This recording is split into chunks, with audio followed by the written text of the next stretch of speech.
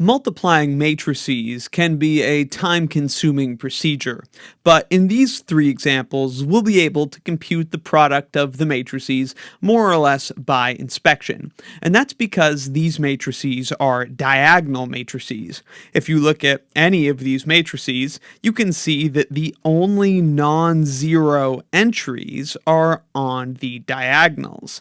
I'll leave a link in the description to my lesson introducing diagonal matrices and going over some of their properties. For this exercise, all we have to know is that when we multiply diagonal matrices together, that has the effect of just multiplying their diagonal entries.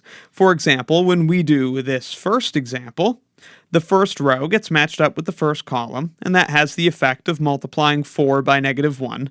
The rest is 0, so -4. And then we would have this row matched up with column 2, and that's just going to be 4 times 0 plus 0 times 5. So that entry off the diagonal hasn't changed, it's still just 0.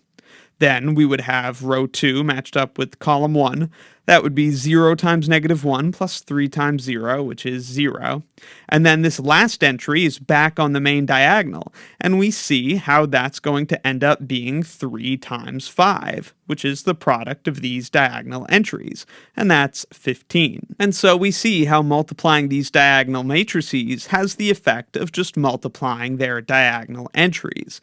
In this next example, we have 3 by 3 matrices. Let's do the multiplication quickly by just multiplying the diagonal entries. Here, the first entry of the product will be 3 times 5, which is 15. The rest of this row, since it's off the diagonal, will consist of zeros. Then this entry will also be a 0. Then this next entry is a diagonal entry, so it's going to be 1 times 4, so just 4. Off the diagonal, we have zeros, and then this last diagonal entry is going to be -2 times 7, so -14. Even when multiplying more than 2 diagonal matrices together, the process is the same.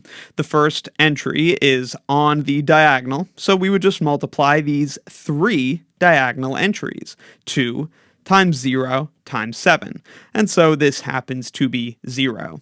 Note that this second matrix, for example, has a 0 on its diagonal, but it's still a diagonal matrix. What makes it a diagonal matrix is that all of its non-zero entries are on the diagonal. Coming back to our product, all of these entries not on the diagonal are 0.